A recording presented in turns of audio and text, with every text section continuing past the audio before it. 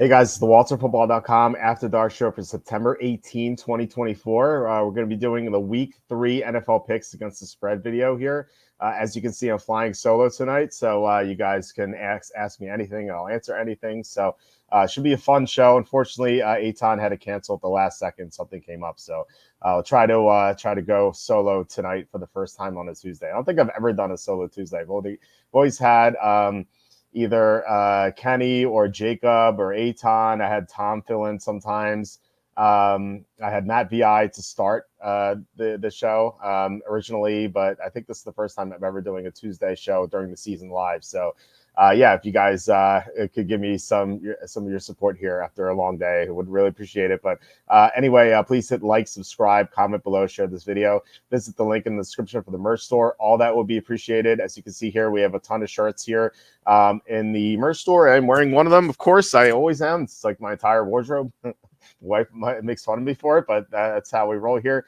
September is still Lust Month, so make sure you show your support for those who are really interested in this. Lust rights are definitely human rights. Don't let anyone tell you otherwise. So pick up one of these shirts here. They're like $17 to $19, which I still think is a good deal in this economy for a high quality shirt. Also, please consider super chats, super stickers. So you guys help us out so much with that.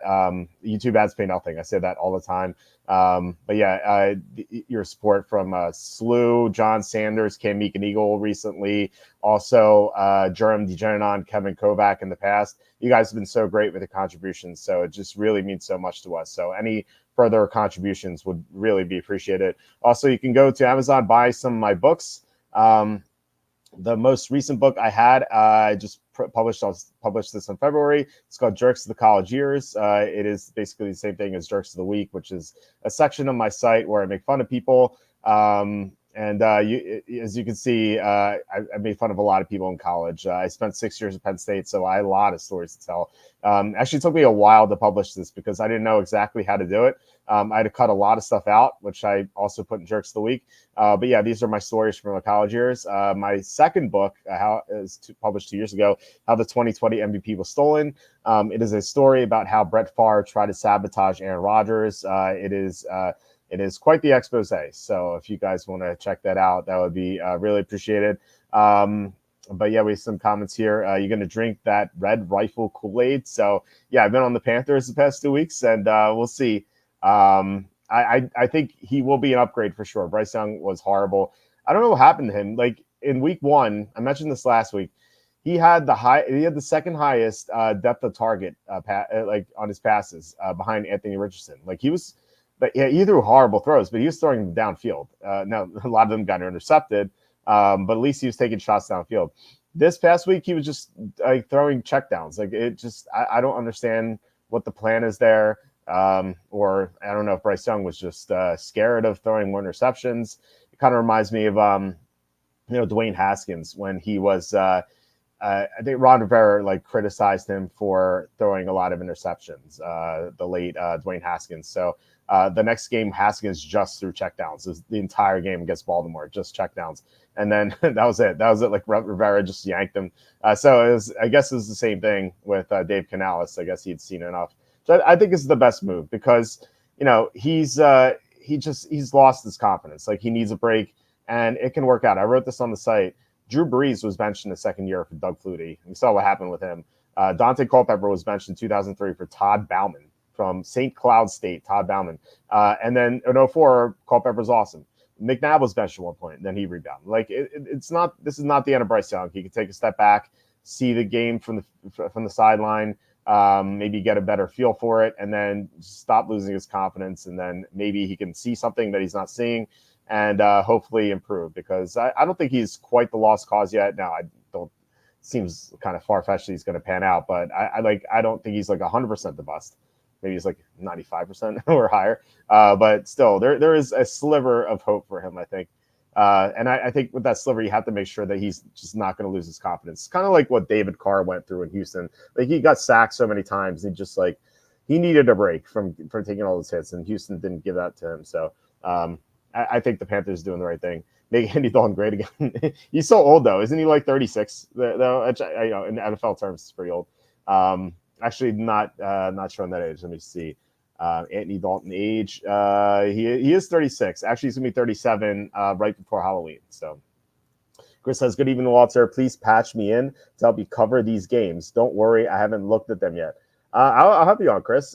This was last second, so I didn't have time to plan a substitute or anything. I just found out like an hour before the show that Aton couldn't go, so I thought that was like too soon to ask anyone. But yeah, you're always welcome on here. We've had some good conversations over the years. Young is not an NFL QB, says Pepe. You could be right, but I think that giving him a break is the right thing to do. When they start the WNFL, Young might have a chance to make it if he transitions. I think that he might have a chance. I love that might. Chris says, to tell you what, if Bryce Young becomes a functional NFL starter, I'll head out to Philly and we can share a kiss in front of the Rocky statue. Well, we'll see. I like how that's like that'll get you to do it. We'll see. We'll see what functional means. I like there have been so many busts who've turned out like well. Like Geno Smith looked like a terrible bust, and look at him now. Sam Darnold looked like a terrible bust. Look at him now. Like back in the day, Tommy Maddox was a huge bust, and then he revived his career. Could happen. Like I said, he's not 100% to fail, but I think he's definitely up there. They say the same about Kyler. Yeah, Kyler's his injuries. Like, he's never been his talent. He's just never been able to stay healthy. So far so good through 2 games. I drafted him in a best ball week 3 onward league last night. So I probably locked him into getting injured. Not that anyone cares about the best ball. Geno and Darnold didn't look this bad though. Geno looked pretty bad at times. There wasn't there a game like he threw like 5 interceptions or something, or 4 interceptions in like the first quarter. I forget what it was exactly. Like he had like an awful game. I don't think Darnold ever looked that bad, but Geno certainly did at one point. He did have some bright moments though. I would say that like Darnold and Geno did have some good games during their bust years, whereas like I can't point to a good game from Bryce Young. Like week 2 last year when he led that backdoor push or cover, whatever number he had against the Saints, like maybe that was his best moment. I remember that fondly because he helped me win a GPP. I had Bryce Young as my quarterback, and like none of the other quarterbacks did well, so he was in the winning lineup. So I remember that. So like I think that was like his best game, but otherwise I can't really point to any positives. Geno's the second round pick. That's fair, definitely fair, but he was considered a first-round pick for like most of the draft process. It was kind of like Malik Willis, where everyone thought he's going to go first round, and then he didn't. But like Willis fell to the 3rd round, whereas Geno went to the 2nd. But he was thought of highly for most of the draft process, at least from the media. I guess the teams thought otherwise. He says, "I call Barkley Popeye. His hands are filled with olive oil." My dad was so pissed. It's just kind of weird because. My dad was angry because he had the Eagles minus 5.5 last night for a pretty big bet, and so he was mad at Barkley at the end. But at the if Barkley caught that pass, the Eagles wouldn't have covered. So the Eagles kicked the front door field goal to go up 6, but it was Cousins who dealt the damage. It was the Eagles secondary that really screwed up, and I guess like Jalen Hurts didn't play his best either. But the Eagles pass rush has been non-existent. Jalen Carter has been terrible. Bryce Huff has been terrible. The Eagles have been very disappointing so far, but still so early though. Shouldn't bet against Kirk going, man. Yeah, it's last week people were saying like, oh, Kirk can't win on national TV, and like now he can't bet against them. It's funny how things change. Speaking of national TV, let's get to the first game here. The Patriots at the Jets. Lines Jets minus 6.5. So I'm on the Jets for a pretty big amount. So this is 2 things I like for Thursday games. One, on Thursday or London games, I really like betting the better team if they're going to be focused. Because when teams have short rests, like the inferior team can't really game plan for the superior team, and so generally the better team is going to win substantially. As long as they're going to concentrate on the game. And I don't see why the Jets wouldn't concentrate on this game. Both these teams are 1-1. It's a divisional game. So I expect the Jets to play at their best. Another thing is that the Patriots are coming off an overtime game, and teams coming off an overtime game, playing on a Thursday, have done so bad. They're 5-24 against the spread all time.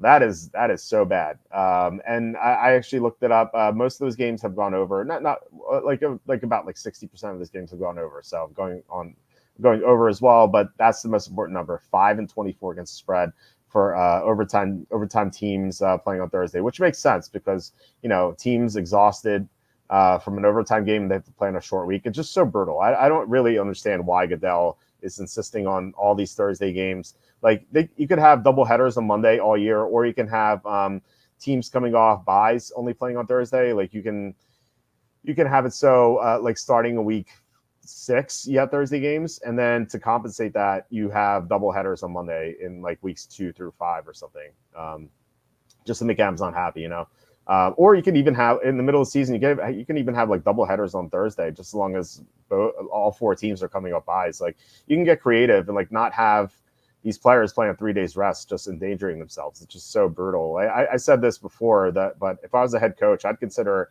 resting my players on a Thursday game if I was in position to do it. Like if I was like, it's like 7-3 late in the year, like I'm probably like resting my starters at that point, just so they don't get hurt. There's been so many instances where teams have played on the Thursday night when they're in position to make the playoffs, and they get so banged up, and then they're just done for the year. Just so bad. Let's see. Matthias says, "Give me the Pats. Jets suck. Going to be a slow game. Jets covered last week. I now will bet the Panthers," says John. We might be on different sides though. I had Eagles money line live and for too much. Yeah, sorry to hear that, Chris. I also had a unit on the Eagles. It wasn't a big bet. Actually, kind of broke even because 3 over 4 prop bets hit. Unfortunately, not the parlay because Hurts went over, but everything else hit for the props. Okay, Chris says, okay, so you want to talk NFL now? SMH, if you insist. Any concerns on the Jets playing their 11th game in 3 days? Or is it 3rd and 11? Either way, Goodell doesn't care. Well, it's like it's 3rd and 12 for the Patriots, right? Is that much of a big deal? Like, I feel like the Patriots are in a worse position because they're traveling and they have to they have to come off this overtime game. So I think the Patriots have it worse. Yeah, agreed. Get rid of the Thursday games. Yeah, like I said, I'm fine with Thursday games if both teams are coming up buys. Like that makes sense. But don't have these teams play on 3 days rest. It's insane. I like Thursday. John says, I like Thursday games. I like at least 3 nights a week of watching football.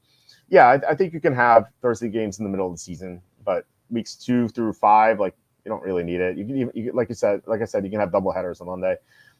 Jets 3rd game in 11 days. What are the killer stats on that? Oh man, I don't know how to input that into Killer Sports because there could be. I'll try to do it. I will. Why don't I just do that right now? Actually, let me pull it up. Let's see if we can get something here. So the position the Jets are in. So they're day equals Thursday, and P day equals Sunday. And PP day equals Monday, and then we have to do rest. So rest is less than 5. Let's just say rest is less than 5, and pre-rest is less than 7. So let's see what that spits out. 4-9 against the spread. Is that correct? Let's see. Yeah, the Jets are. In this situation, 4-9 against the spread. That's not good. It is a small sample size, though. It's not 5-24.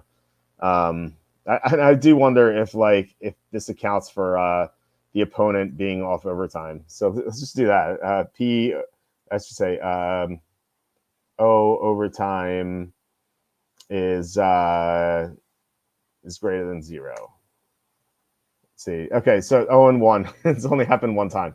Okay, let's go back to that. So the last time this happened, the Titans they won 30-9 in 2018. Wow, this hasn't happened in 6 years. This sort of sequence where a team plays on Monday night and then Sunday and then Thursday. Maybe I don't know. Like I said, 4-9 is a very small sample size, and it's the beginning of the season. Like all these results, except for 2 of them, were week 10 onward. Although the 2 week 3s were losses as well. But I don't know. I don't know if the Jets are necessarily going to be tired. Like they didn't play their starters for a chunk of the fourth quarter against the 49ers. So maybe that's a factor. Yeah, I don't know. And like I said, the other team's coming up over time. So that is good. I'm glad I looked it up. But yeah, it is something to consider, I guess. Thursday games could be really good if both teams crawl out their bye. Yeah, totally. They could actually be good games if that were the case. Will Levis 30 for 30. Jets not going to put up more than 20. Ugh, Will Levis. That is going to be a 30 for 30 episode. A quarterback made sure his team would lose by a certain amount. It was each week. It was just so bad.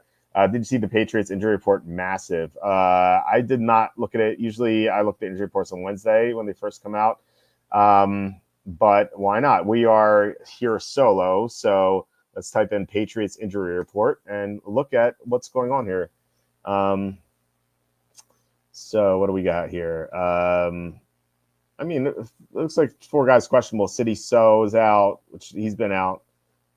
Dietrich Weiss, questionable. Duggar, questionable. Layden, questionable. Jermichael Hasty, questionable. But Seattle, wait, this is Seattle. No, this is week 2. Come on, Patriots.com. Okay. All right. Okay, I see what you're saying here. So, yeah, David Andrews, DMP limited. Bentley's on IR. I don't know why they're listening here, I think. Veridian Low, DMP, City So, DMP, O'Shane Zimenez, DMP. Then we have on Anford Jennings, Marcus Jones, Mike and Wanu, Jabril Peppers, Layden Robinson, Dietrich Weiss, both all of them LP. Jermaine Johnson, CJ Mosley, DMPs. We'll see. All these LPs could play. Like they're on a short week plus overtime, and plus David Andrews could play too. I don't know. We'll see what the final injury report says. But yeah, we'll see. John says, as long as Will Levis isn't starting for the Jets, it should be an easy victory. It's true. He says, so it is Patriots' third game in 12 days, though. That kind of helps reposition this in my mind. Yeah, it is.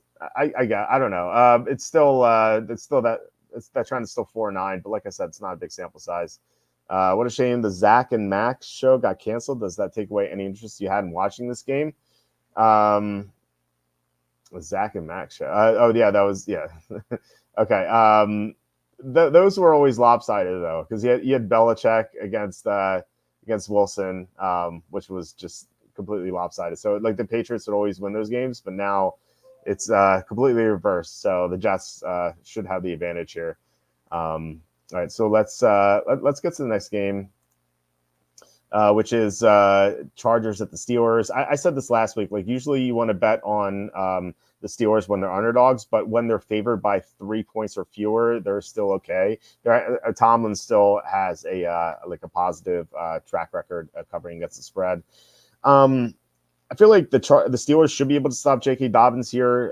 Dobbins has rushed for 100+ yards in both games, but the Steelers are, I think they're third against the run or fourth against the run, so they should be able to do well. They shut down Bijan Robinson in week 1, so they should get to they should stop Dobbins, and we'll see. The pass rushing is going to be interesting because the Chargers have Slater and Alt's been awesome so far, but the Steelers have T.J. Watt, so it should be a great matchup. Not really seeing much here. I don't think I'm going to bet this game. The Chargers are huge public underdogs, so that gives me a little bit of interest in the Steelers. But I'm 0-2 against the spread in the Chargers game so far, so I don't know if I'm reading this team correctly. So I just may pass on this, but if I do bet it, it'll be a small amount on the Steelers. The next game is let's go. Where is it? All right, Bears at the Colts. This line's Colts -1.5. The Colts just got some bad news late tonight that DeForest Buckner was placed on injured reserve.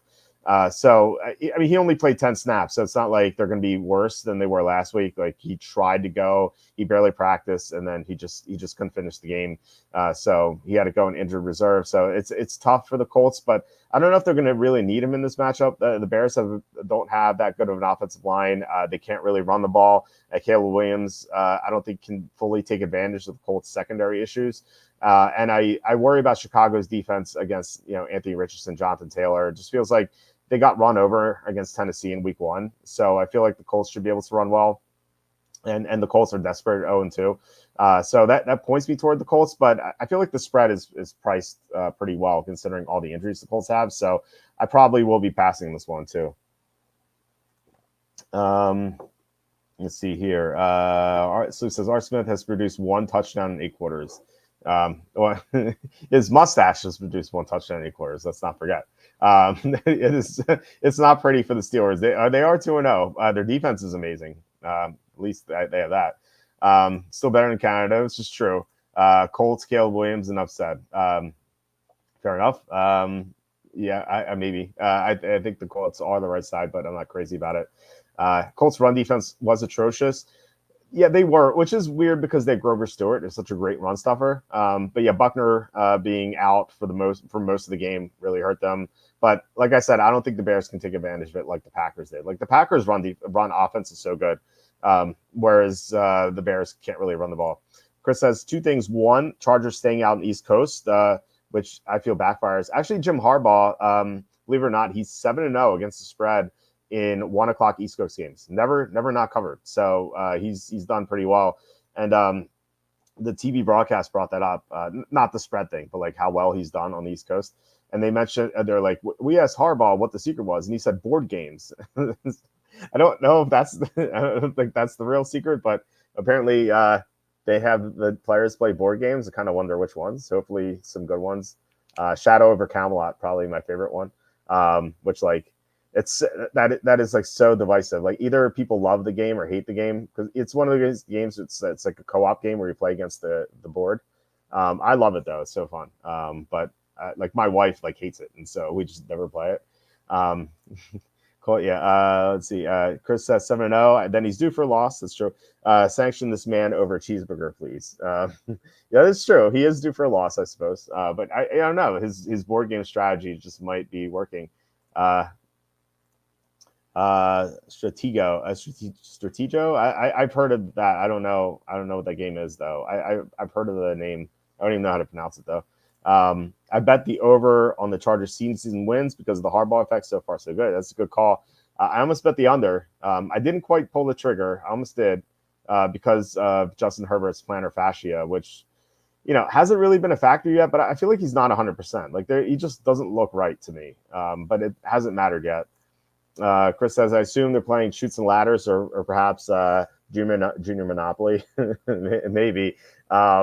Chutes and Ladders, by the way, that's the genesis of the saying "back to square one." That's where it comes from that game, which is funny because Emmett in his broadcast during one of the preseason games, he said, "Oh, the Cowboys got to go back to square zero." Like there's no square zero in Chutes and Ladders, I don't think, unless you're like off the board. Any chance we pause for a moment so you can check out this exciting game tonight? The Aces and the Storm are jockeying for playoff position. When is Tom's birthday? I should know Tom's birthday. I don't. I'm a bad friend. But I don't know if he's watching the game. I thought the playoffs started, honestly. I saw commercials for the playoffs. I assumed they were in the playoffs already. I do know that Tom bet the Fever to win, so I'm rooting for the Fever. I think that's Caitlin Clark's team, I think. Yeah, hopefully they win for Tom, but I don't really care otherwise. So yeah, Tom, if you're listening, feel free to chime in if you're watching this game. Let me refresh the page here. So the next game is Texans at Vikings. Kind of wild line movement here. The advanced spread on this game was Houston minus 4.5. It's gone to 2.5. Now, sometimes these line moves are correct, and I think it's finally people are catching on to how good Minnesota is. Vikings have made some great offseason additions. Like Andrew Van Ginkel is like all over the field for them. They made some other good ones. Sam Darnold's playing well because he's well protected, and he's got Justin Jefferson. Jordan Addison might come back. So as crazy as it sounds, like I think Minnesota, despite the bad line value, it could be the right side. Houston's coming off a national TV win, so I don't know how focused they'll be, but it is a 2-0 versus 2-0. So I don't think they're going to be like completely aloof or anything, but I don't know if they're going to be 100% focused. But I'm leaning toward Minnesota. I just hate not getting the best line. If we still got 4.5, it would be so much more appealing. Whereas Houston winning by a field goal, which is a very likely result, that beats us here if we take Minnesota. So I'm not going to bet this one. This is a good teaser candidate, though. I'll say that. Minnesota from 2.5 to 8.5 is pretty good. We hit our teaser last week, by the way. On the show, I said Giants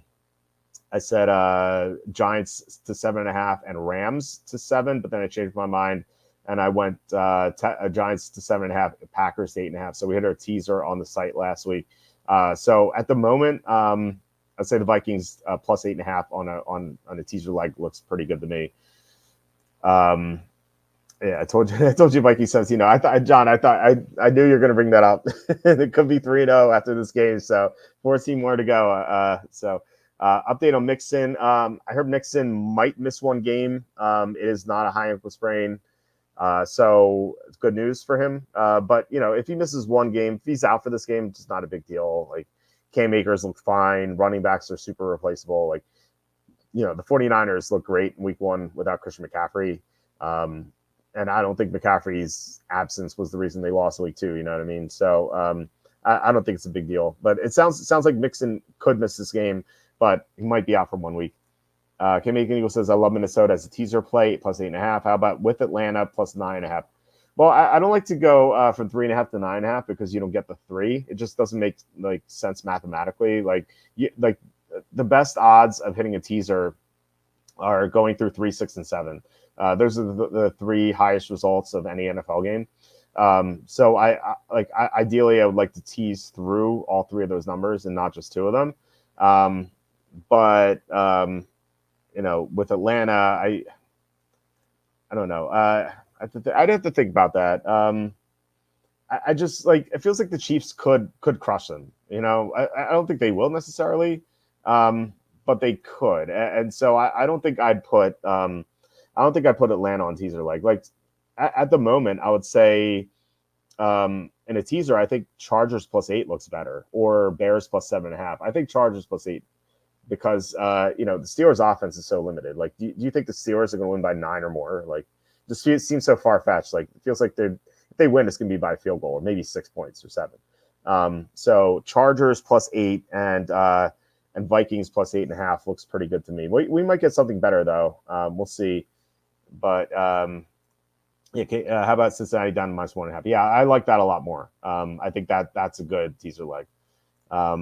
Doesn't this line Vikings Texans just look wrong? Feels like one of those classic traps.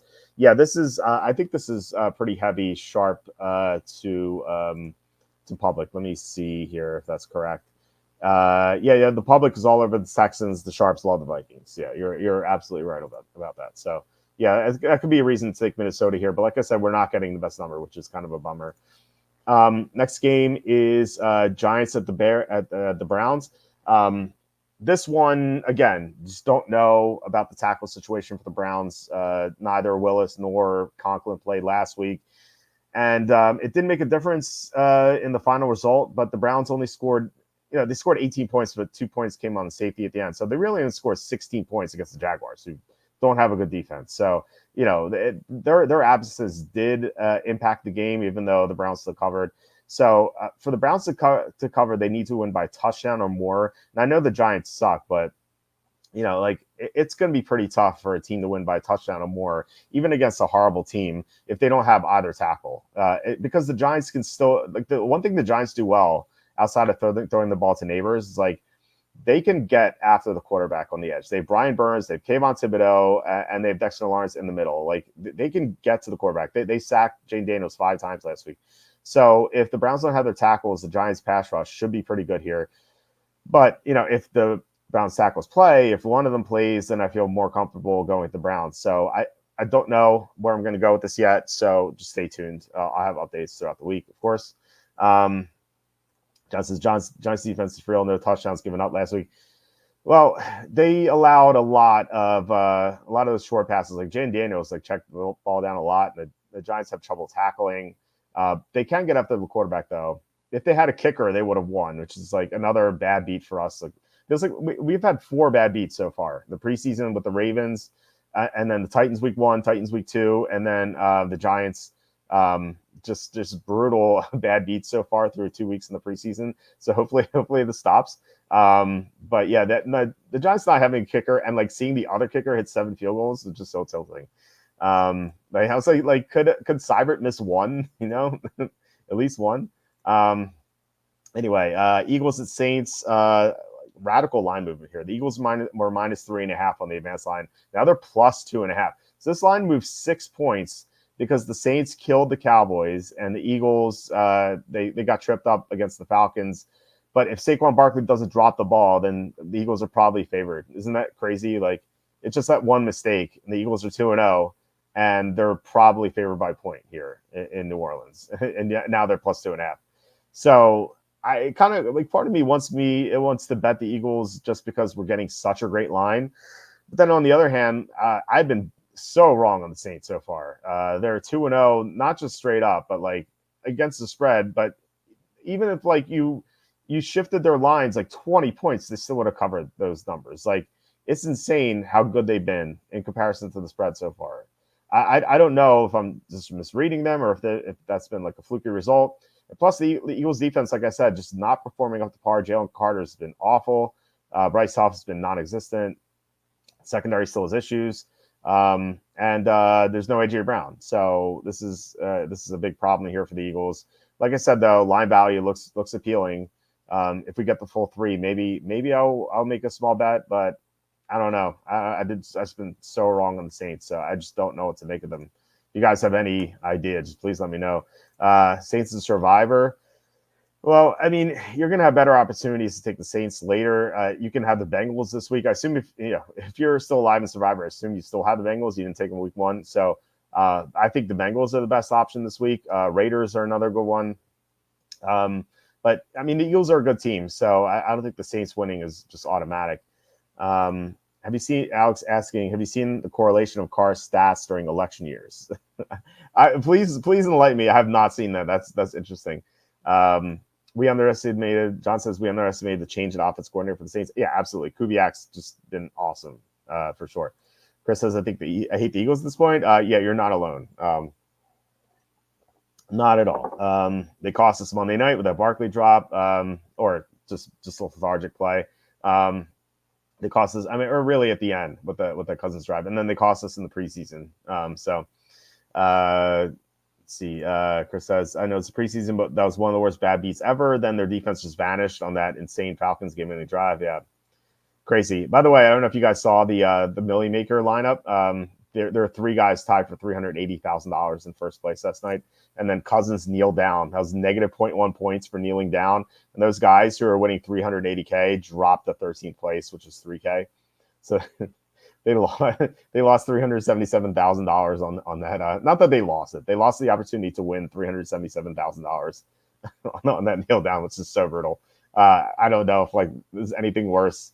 I once interviewed my friend Mike, who he famously he was in first place solo in the Millie lineup on DraftKings. This was like week 11 of 2019 or something, and he had like a Carson Wentz stack or something, and he was in first place. He was on a flight home because it was Thanksgiving weekend. He was going from LA to Philly, and he was like on the plane. He saw he was winning $1 million, and like suddenly he saw there was a safety or something, and then he dropped to third place because the 2 guys behind him both had the Chiefs defense, and that was the only game still going. And he thought it was a mistake because like sometimes when the team kicks off and it goes in the end zone, sometimes it'll say safety. And so that's what he thought it was, but it never changed back. And then the game ended and never changed back. And he was on this flight. He couldn't know what was happening. So he got off the plane, and the first thing he did, he looked to see what happened. And it was, the Raiders scored a touchdown against the Chiefs defense, which should help them. But the Chiefs blocked the extra point and returned it for 2. And that dropped him from first to third place. So instead of $1 million, he won $40,000, which is it's still good money, but like $1 million is life-changing money. Whereas like $40K, yeah, it's a nice you can pay off all your bills and go on vacation and buy a new car and stuff. But $1 million, that changes everything. So it's feel so bad for him. He's the nicest dude ever. So I don't know. I was really hoping he'd win because I saw the name Mike C 259 up there, and 259 is I went to Central High School, which is the second oldest high school in the country, public high school in the country. And so instead of like class of 2000, we'd have like 259 as in the 259th graduating class of the school. And his name is Mike C. And he was like a math guy. And I was like, is that Mike? I won't say his last name, but like I reached out to him. I'm like, call me crazy, but was that you at the top of DraftKings that went from first to third? He's like, yeah. So I interviewed him, and it's nuts. It's such a shame that he didn't win, but like I said, he's a super nice guy. So hopefully he does win eventually. Saints will come back to earth, says G Chuck. Well, I hope so, because they're under win total. It's looking pretty brutal right now. Superdome will be rocking. That's absolutely true. But no, the Eagles can win in there. Chris says, I'm proud of you for at least admitting that you have no idea what's going on with the Saints. Who knows? Maybe they go 2-15, but last week's score was very unexpected. It really was. Now, I didn't have a bet on the Cowboys, so like I'm not feeling too bad about that. I didn't know what to make of that game, really. But yeah, I mean, sometimes you just have to admit that you're like, okay, I could be way off here. The offensive coordinator thing, like John said, is absolutely enormous. That's been such a boon for him. Alex, I'll text you. Let me see. Let me see what this text says. Let's see. Okay, there's an image. So in 2016, he threw for 28 touchdowns, 6 interceptions. In 2020, threw for 27 touchdowns, 9 interceptions. And then this year, 3 touchdowns, no interceptions. So he's it's pretty good. Yeah, I guess election seasons he's at his best. So maybe screw Kubiak. Maybe that's the reason. Chris says, well, that's nothing compared to me losing 300 to 500, whatever it was with the Drew Brees kneel down, costing me a very prestigious fantasy championship. Yeah, that was brutal too. Sorry to bring up bad feelings, Chris. Mathias says, Carr's 2020 year isn't far off from other years. The election year Carr is nothing, but people seek any type of content. Well, it's fun, it's fun to look at that kind of stuff. It doesn't mean anything, but it's pretty cool. All right, Broncos and Buccaneers. I haven't had any big bets on Sunday so far. It changes here. Tampa's favored by 7. The advanced spread on this game is 4.5. So this line moved 2.5 points through a key number and up to another key number. And yet Vita Vea is going to be out probably. He's an MCL grade 2 sprain. So he's probably going to miss one game. And so this line moved 2.5 points despite the Vea injury. Because why? Because Denver lost to the Steelers by 7? Or because Tampa beat Detroit, even though Detroit outgained Tampa by 240 yards and 1 yard per play. So I don't understand this line movement at all. It doesn't make any sense. I'm not a Bo Nix fan by any means, but Tampa's defense is so banged up. They have injuries in the secondary. Vea's going to be out. Feels like Nix could have a somewhat decent game against such a banged up defense. And look at the other side. I mean, Broncos have Patrick Surtain to shut down Mike Evans. So it's going to be the Chris Godwin show, which is fine. But, I feel like the Buccaneers being favored by 7 is pretty insane here. I don't think they're a good team. I think they're a fraud 2-0 team. Whereas, I don't think the Saints are necessarily a fraud team at 2-0. Maybe they could be, but I'm leaning toward no. I don't think the Steelers are because they have such a great defense. I don't think Tampa's a good 2-0 team. They beat the Redskins week 1, whoop-de-doo. Redskins stink. And then they got outgained by 240 yards in Detroit. When Detroit was coming off a game where it was an overtime win against their former quarterback on national TV. I think this is such a bad line. Denver seems great here. So the one concern I have is that it might be hot and humid in Tampa, so just watch out for the weather. I usually don't look at the weather until Friday because a lot can change. But yeah, Broncos seem great to me, even though I don't like Bo Nix at all. It's a ton of money coming in on the Buccaneers from the public. Packers Titans is the Malik Willis Bowl. Malik Willis trying to get revenge here. Willis went 12 of 14 last week, but he didn't do much at all. He just handed the ball off, except for that one play where the center threw up on the ball. But yeah, Willis had a win, and that went back to what I said before. Backup quarterbacks against bad or mediocre defenses do very well. They cover about 67% of the time. But when they play an elite defense, they cover about 33% of the time. And this is what we have here. Tennessee currently is 10th in defensive EPA, and I think when they get some easier matchups, I think they could go in the top 5. They have 2 number 1 cornerbacks. They have great players in the front 7, and I think they're coached well. So I think this team is his team could easily be 2-0 right now. They blew that game against the Bears inexplicably, and then last week against the Jets, the stupid Will Levis shovel pass that went backward, and they drove down to the end. They were like 10 yards away from either tying the game or taking the lead with a 2-point conversion. This team could easily be 2-0, and they get a backup quarterback, and the Packers won't be able to run on them like they did against the Colts. Like this line, I think is way too short. I think it should be 3 or higher. I love Tennessee here. Now I'm very prepared to be mad about Will Levis again because he's going to sabotage another win for us. But I just think Tennessee is the right side for sure. I think they're one of the best plays of the year. Ken McNeagle, 199 super chat. Thank you so much, Ken McNeagle. Really appreciate it. It says money line, Tampa and Buffalo. So I love the Broncos +7, but Tampa money line seems pretty good to me. They should be able to win. It feels like a 3-point win. It's not like the safest, but that should win. And then Buffalo, I don't think this is a great spot for Buffalo. They're coming off a national TV win, big win against their divisional rivals, kind of like a statement game.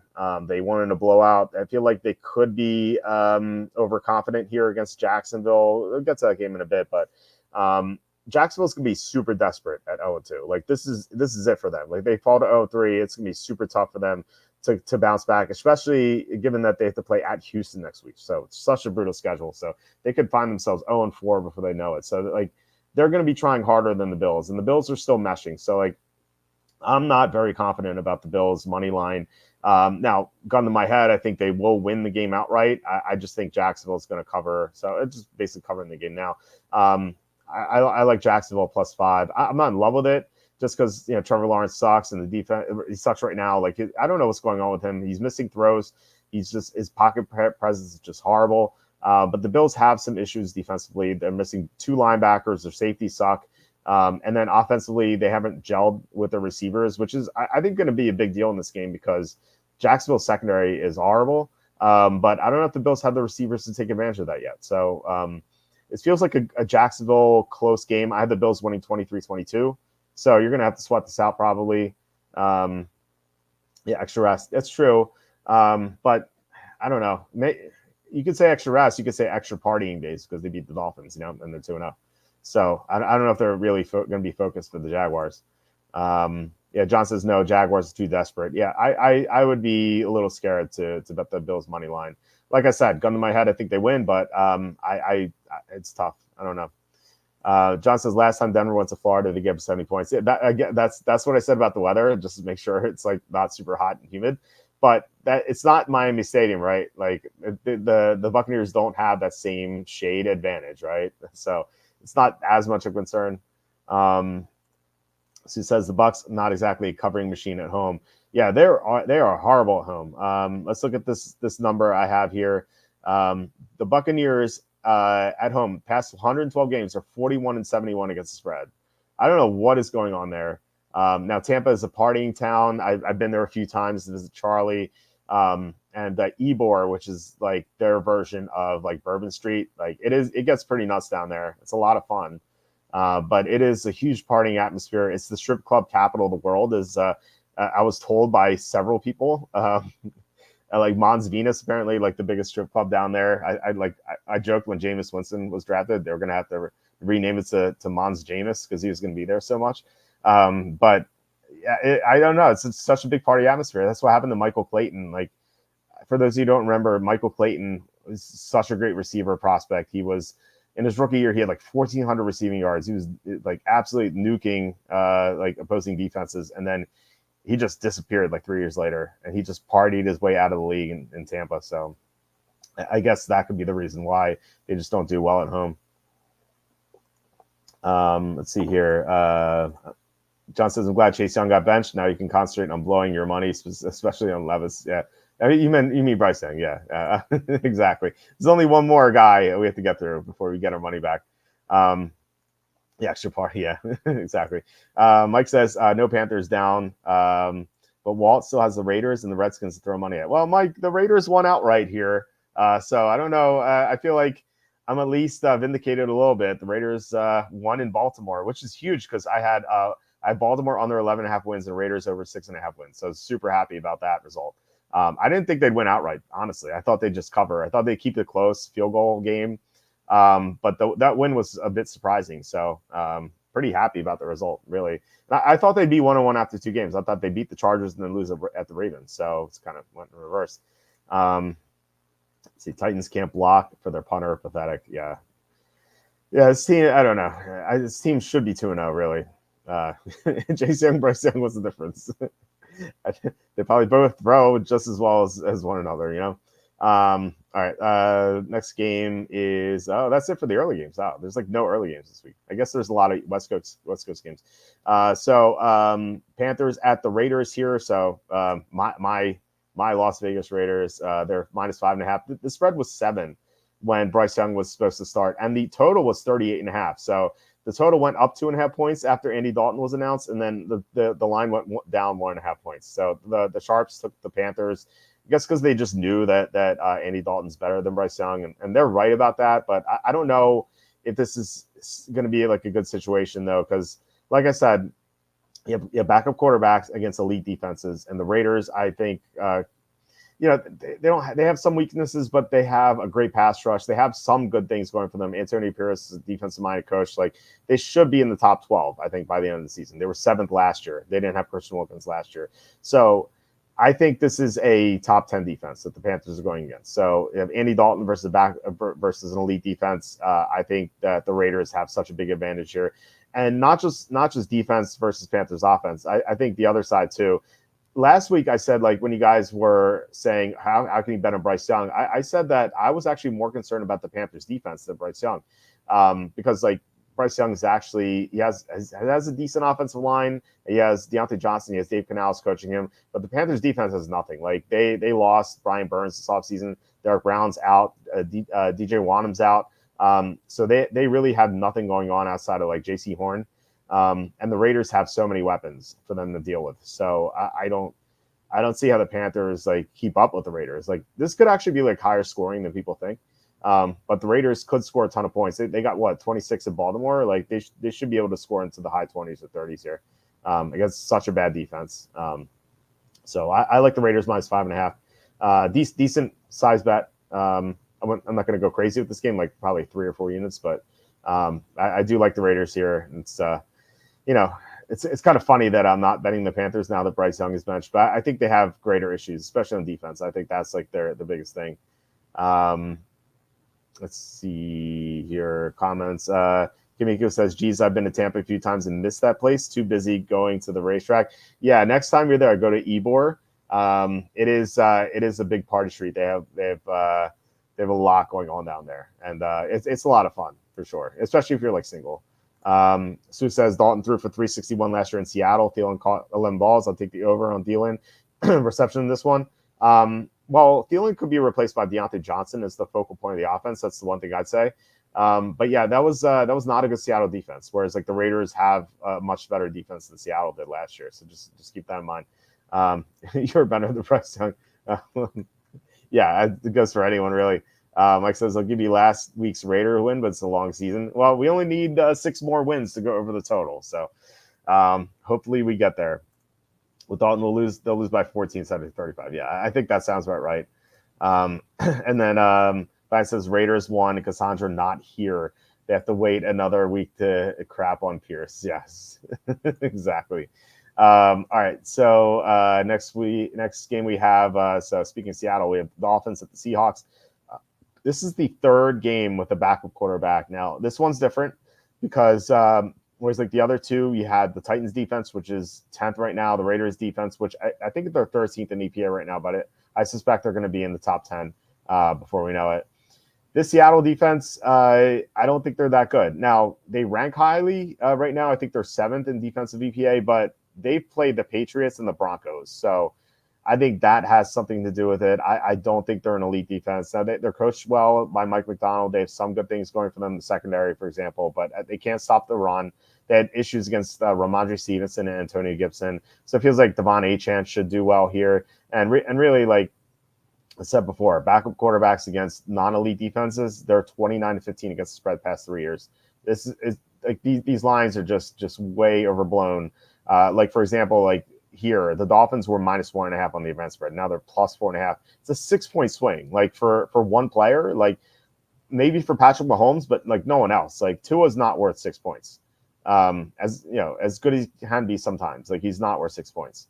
So I think the Dolphins hang here. I think the Dolphins could win outright. That's why I actually have on the site. I would look toward Dolphins money line perhaps, or even like the -2.5, which I think is something that people don't do usually. Like people take the money line underdog, but like they won't take the -2.5, which gives you such better vig. So I think that's what I might do here. Fortunately, I did that -2.5 thing again with the Rams. No, I did it was -6.5 or -5.5, so it worked out. But if I did that with the other games, it would have worked. Like with Packers -2.5, for example, or Raiders -2.5, which has been great. So I think that's what I'm going to do here. I think Miami wins this one. Seattle too. And by the way, Seattle, a tough schedule here. So they had to play on the East Coast against the Patriots. They had an overtime game, and they flew back to the West Coast for this game. And then after this game, they have to fly back to the Eastern time zone to play the Lions on Monday night. Like, this is so brutal. So it's a non-conference game. I don't know how seriously Seattle is going to take Miami here. I think they might overlook them. So he says, what about Miami ATS West Coast games? That is a tough one to look up because I'd have to manually enter in every single West Coast game or West Coast team just because there's no parameter for teams on the West Coast. You know what I mean? I can't say like West Coast equals 1. That'd be great. Fortunately, they don't have that. I don't know off the top of my head. If I see something, maybe we can look at the Dolphins schedule from last year and see if they had any West Coast games. So it's gonna be a small sample size. So Dolphins schedule last year. Let's see. This is the preseason. So at the Chargers, they won 36-34. Remember, that was the week 1 game with Tyreek Hill scored at the end.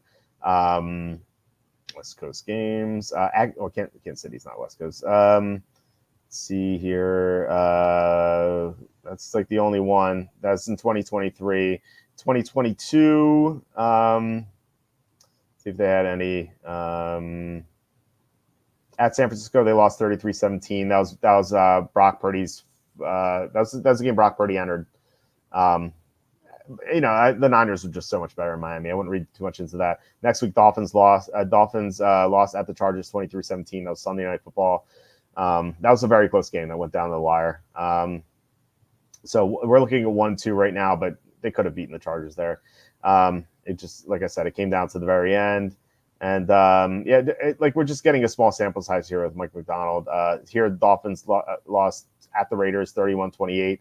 That was in overtime.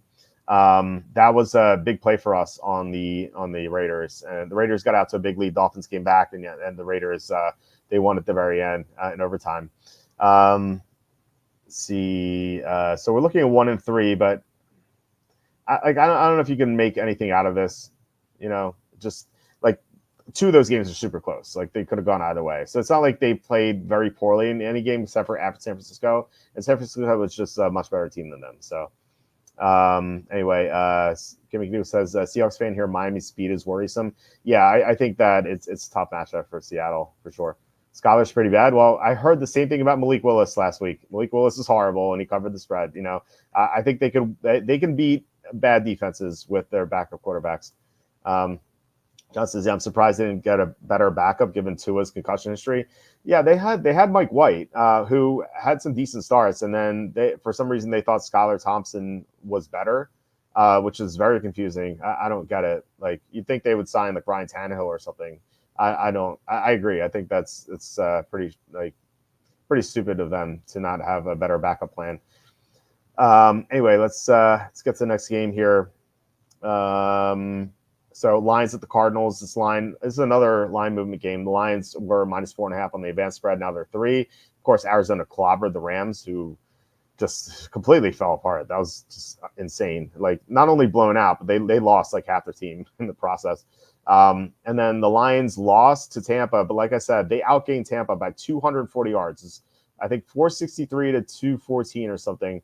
Not even close yardage wise. The Lions just shot themselves in the foot over and over again, and they just were not focused coming off that overtime win against the Stafford. They're just on national TV. They were just probably partying too much, just super happy that they won a revenge. What could have been a revenge game in the playoffs. So I don't think they took Tampa seriously. Now they're coming off a loss. I think they're going to be way more focused here, and I think Arizona just they got the Rams, last week, where the Rams are just falling apart at the seams, like in real time.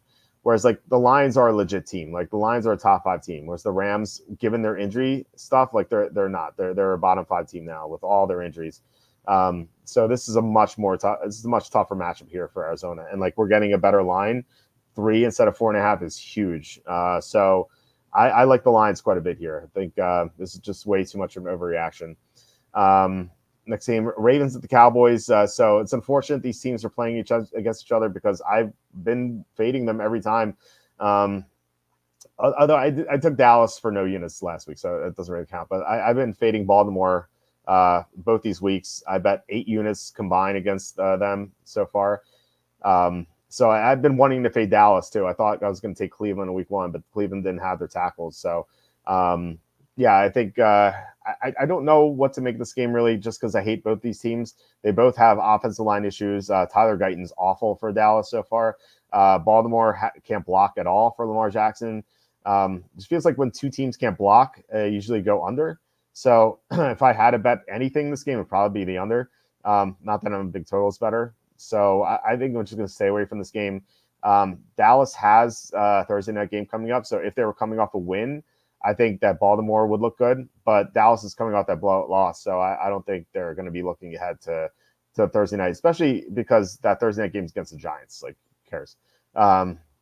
It's a much more like impactful game. It's the marquee game. It's going to be like what's this? It's probably going to be a Tom Brady game. So that's a big deal. So I'm leaning toward Baltimore just because Dallas can't beat good teams. But then again, Baltimore's not a good team anymore. I don't know. Like I said, I really hate both these teams. I want to fade them, but I can't do that because they're playing against each other this week. Lions ran 83 plays, the Buccaneers 47. Yeah, Tampa couldn't convert third downs. They had 2 third down conversions the entire game. They just couldn't move the chains. They did so early, and then they just stopped. They couldn't move the ball. They couldn't run at all. Like their running game was horrible.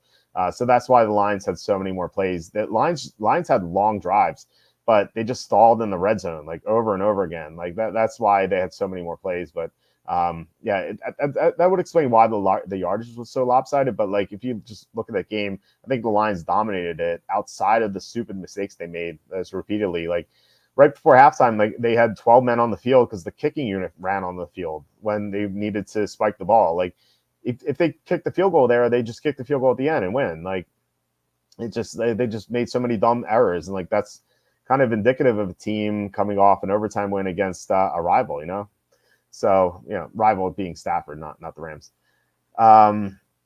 Let's see. Matthias says, if the Lions were legit, they would have beaten Tampa. Well, I mean, they swept them last year. If they replayed that game this week, I think the Lions would crush them. I think they'd be way more focused. Like, they weren't focused last week. And this happens to every team. Last year, the Chiefs lost to the Raiders on Christmas. They lost to the Packers on Sunday Night Football. Like, every team goes through this. They lose games they shouldn't. It's a long season. I wouldn't read anything to it, honestly. John says Ravens will just run the ball down the Cowboys' throat. I think that's right. But the thing is, like, Derrick Henry's so washed up. So, like, if this were Henry 2020, I would agree. Like, that'd be such a great edge for the Ravens, even though they have bad offensive line problems. But Henry he's kind of like washed at this point. So, I do think that he could have a decent game here. I wouldn't play him in DFS or anything, but I think that could be the edge here. I am taking the Ravens for new units. So Kim Niku says Detroit and Philly both lost because of coaching decisions. Detroit before the half and Philly passing on the field goal in the first half. I mean, the Eagles, I was kind of scratching my head when they went for it. So I kind of agree with that. Detroit, though, before the half, I don't think that was a coaching decision necessarily. I think that was kind of miscommunication because it was the field goal team running onto the field when they're trying to spike the ball. Like, it wasn't like Campbell going for it. It was just someone screwed up. So I don't know exactly who screwed up, but that was it was just sloppy play, and like it was a look ahead or look behind game for the Lions. You know, I wouldn't, like I said, I wouldn't read too much into that loss or any of these losses. Like, you know, you have weird results all the time. A couple years ago, the Bengals lost against Cooper Rush, and then they went to the AFC Championship. You know, it's a long season. A lot's going to change. So just don't look at week 2 results so closely. Already asking, what's been your biggest surprise team this year? I think it has to be the Saints. Like not only have they beaten their opponents, they've absolutely destroyed their opponents. And like I said, if you move the spread 20 points in their favor, they still would have covered both games, which is insane.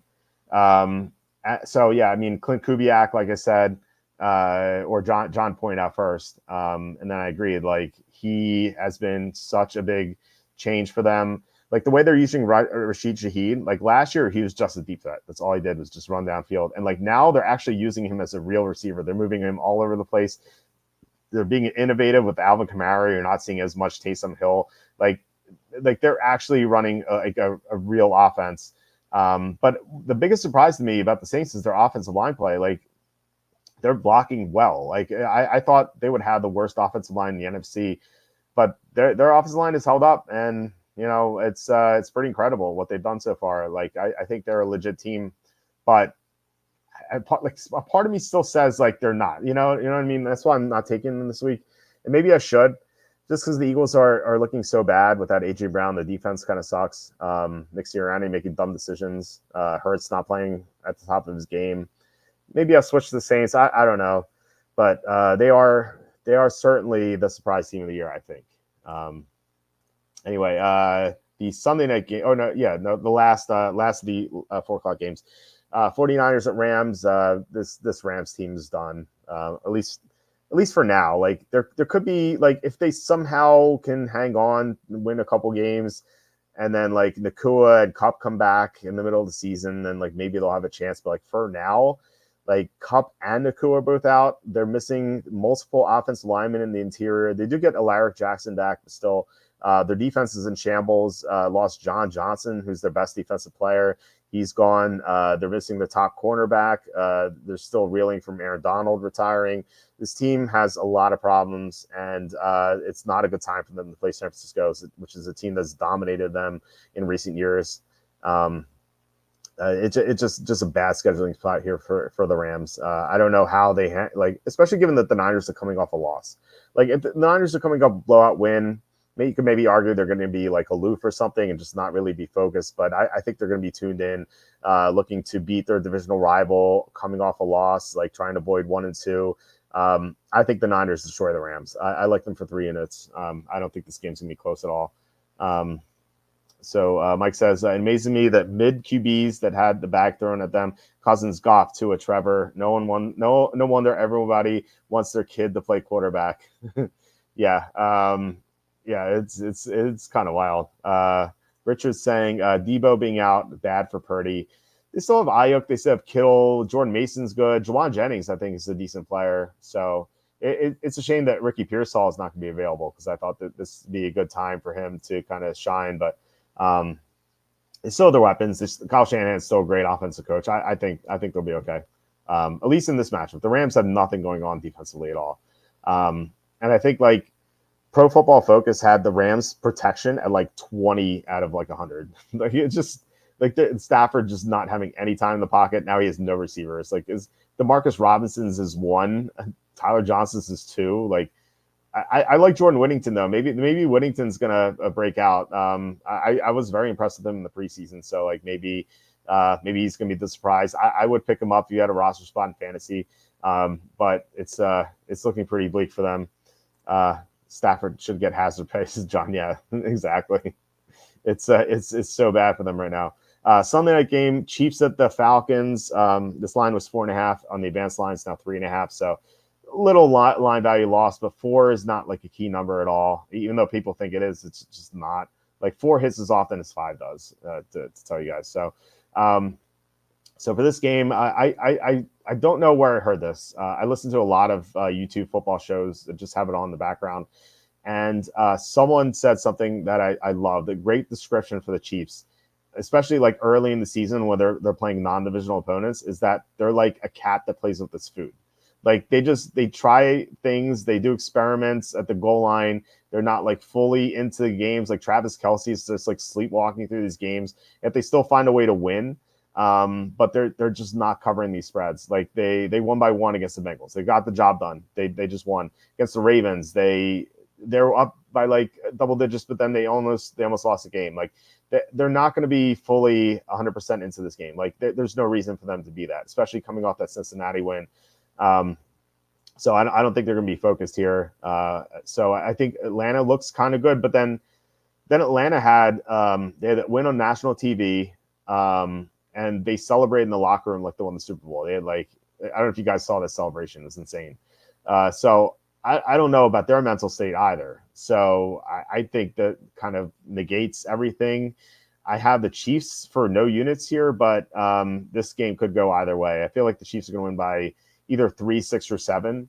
And so, I feel like 26-20 is what I have. Like this could be a Falcons cover, Chiefs win by 3, or it could be like Chiefs win by 6 or 7. Like I'd be shocked if it's a blowout.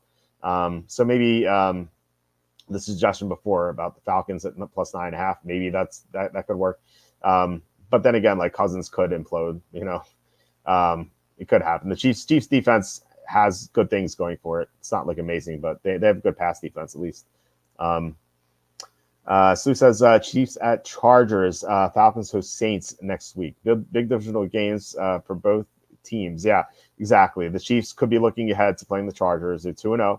Although I don't think the Falcons are going to be looking ahead because like this is like the Super Bowl champs, So maybe Atlanta is the right side for motivational purposes, but it's still Kansas City. It's still like scary to go against them. I don't know. I think that you could argue either side really. Mahomes is 13-1 inside a dome. Straight up, John says.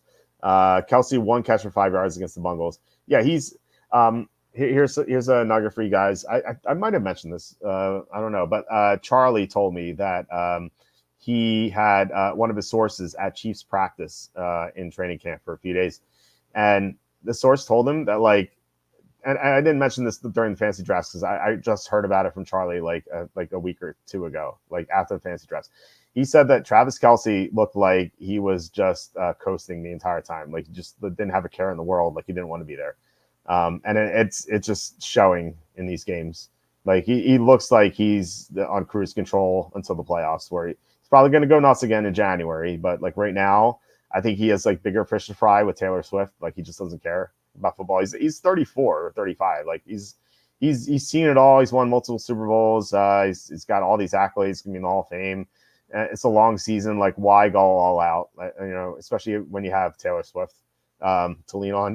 With her stuff that you have to deal with. So yeah, he's right now he's just coasting here, and just I would avoid him in anything like daily fantasy, regular fantasy. Just try to trade him and just wait for him to go nuts in the playoffs. Kelce was "Shake It Off" once December. That's like the one song I know because everyone was saying "Shake It Off." With the Taylor Swift stuff when she first came to light for the NFL stuff. That "Shake It Off." I know like a couple of her songs. I know that she has a song called 22 because I forget what I thought. Like I was at Las Vegas with my wife, and we were at the pool, and that song came on, and I thought the person in the song was singing like shampoo, and I was like, what is this song about shampoo? And my wife goes, no, 22. I'm like, oh, I just like completely misheard her. I guess like the speakers are bad or something. It's like I know that song, just randomly.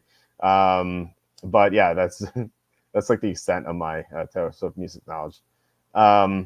Anyway, Jags Bills. We talked about this game. So I had this line at 6. Hold on. Is it still 6? I thought it was 5 or 5.5. Let me see. It's 5.5. I don't know why I have 6 on the site. It should say 5.5. So yeah, it sucks we're not getting the 6 here. Maybe we will eventually. If a 6 comes on the board, I may lock it in for a couple units. As I said before, this is a tough scheduling spot for the Bills, coming off like that big win, national TV against the Dolphins, divisional game, and now they're playing a Jacksonville team that's gonna be super desperate. Now the Jaguars still have the problems. Lawrence is not sharp at all. He's missing receivers, not seeing things clearly in the pocket. He just regressed. Kind of like, it reminds me of like Carson Wentz regressing with Doug Peterson. I think Doug Peterson sucks. I think they should fire him and get Ben Johnson in, or some smart offensive guy to save Lawrence's career before it goes all the way downhill. But yeah, Lawrence is not looking good. But the Bills have their problems still. Yet they clobbered the Dolphins, but the Dolphins, I don't know what the hell happened to them last week. They just especially that 2-minute drive, just it's so bizarre how they're just didn't care, or they're letting time run out. They didn't call timeouts. It felt like they didn't know how much time was left on the clock. So I'm not going to read too much into that win. So I think this is going to be a close game. But Lawrence still is not playing well. So it's just something to keep in mind here. Sharps must be on the Jaguars. I think so. Let me check for sure. To be sure. Yes, Sharps on the Jaguars. It's not super lopsided, but they are on the Jags. 4.5 on FanDuel, interesting. I'm seeing 5.5 in most sports books, but yeah, I can see it going down to 4.5. So I don't think we're getting 6. Mike says Kelsey needs to dump Taylor because she's supporting Kamala. Well, I think Kelsey's probably supporting Kamala too, with all those those Pfizer commercials that he was in. Feels like he's part of the establishment, which is unfortunate. Let's see. So she can't be that swift. John says they didn't want the Bills to double dip, played scared. Yeah, I don't know what they were doing. It was so weird. Mike says I got Jags +7 on the weekend. Nice work. Yeah, that's a great number. Getting both 6 and 7 is very important. So he says Jags have been in both games, but what are they 1-9 their last 10? Yeah, the Panthers win is the only one. But most of their losses were with Lawrence being hurt.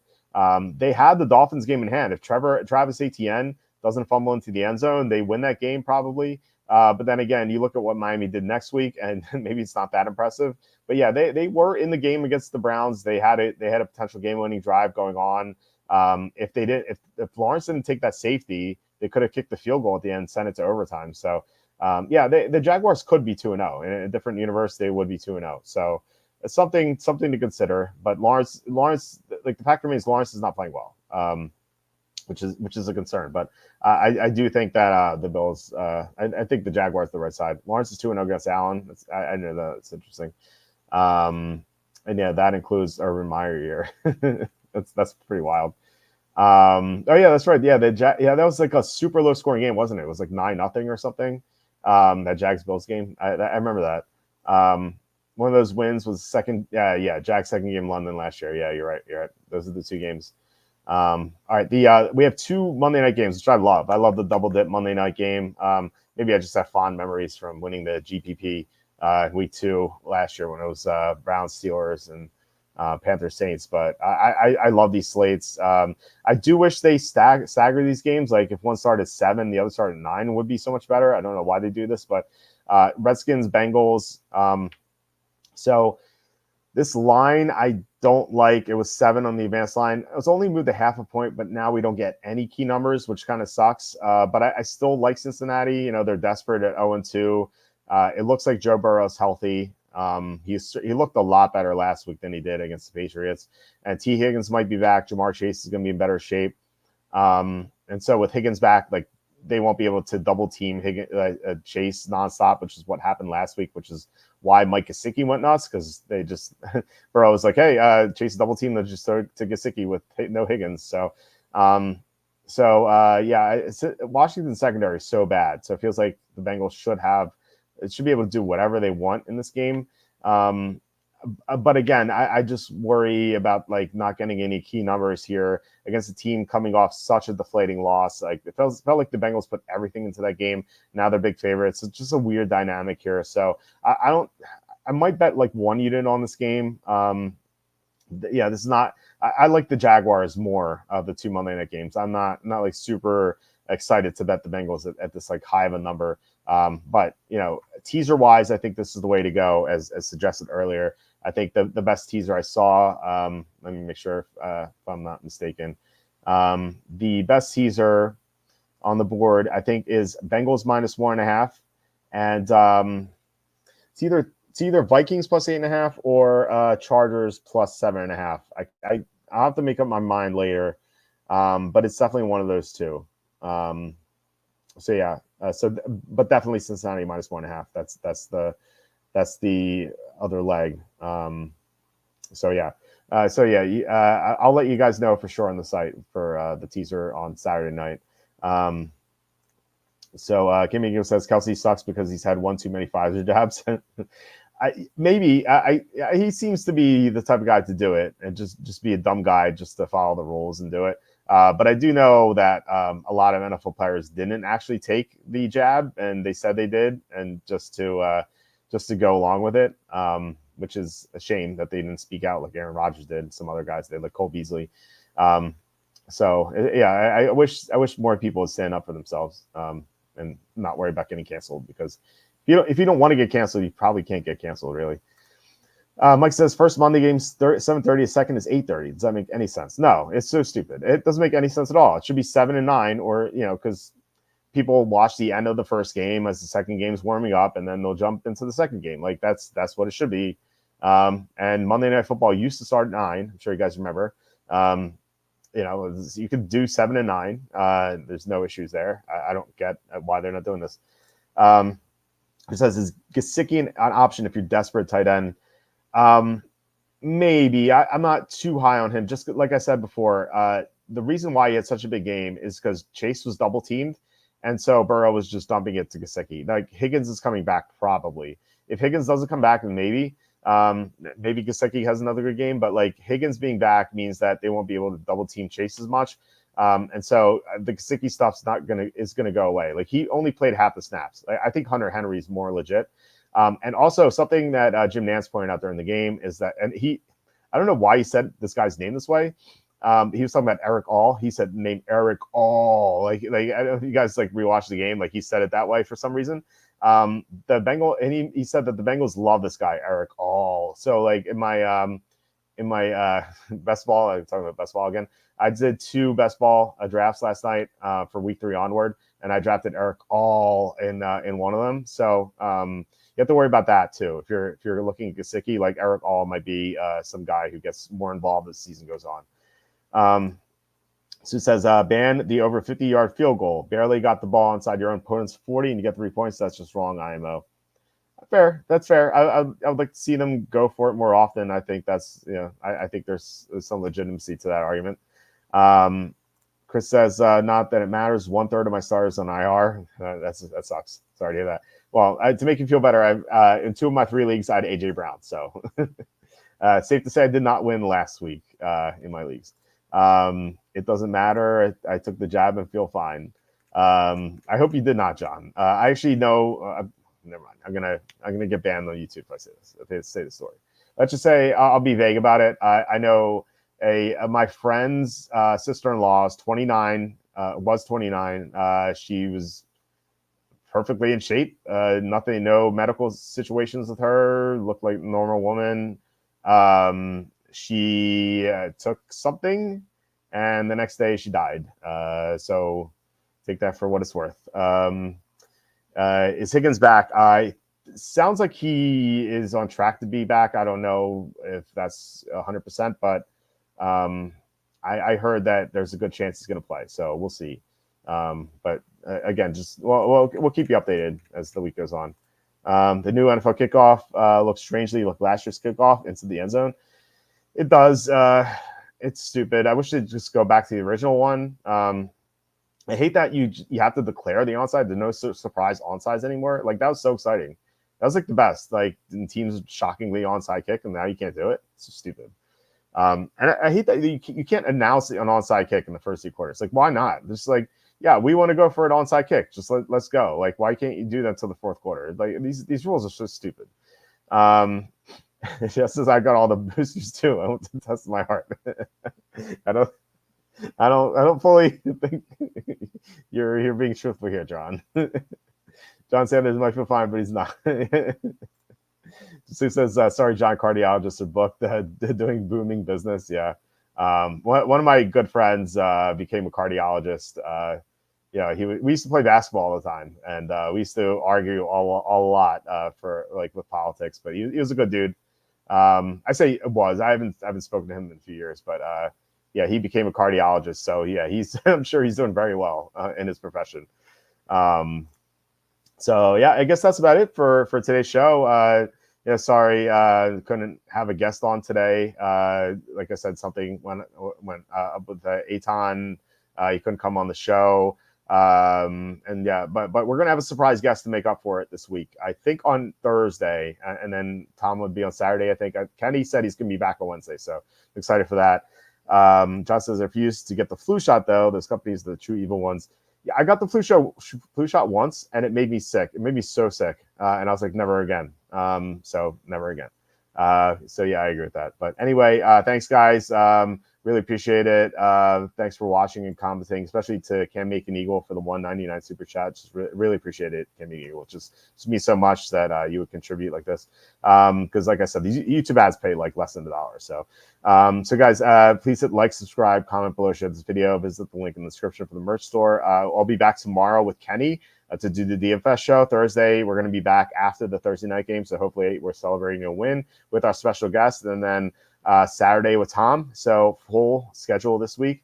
I always got sick from the flu shot. Yeah, it's not worth it. I just feel horrible when I take it. Just like it was just not worth it. Kimmy Gill says Sean Payton couldn't win a Super Bowl with the current rules. It's true. That is definitely true. So maybe there's a Colts fan who implemented that. But anyway, guys, have a great night, and I will talk to you tomorrow.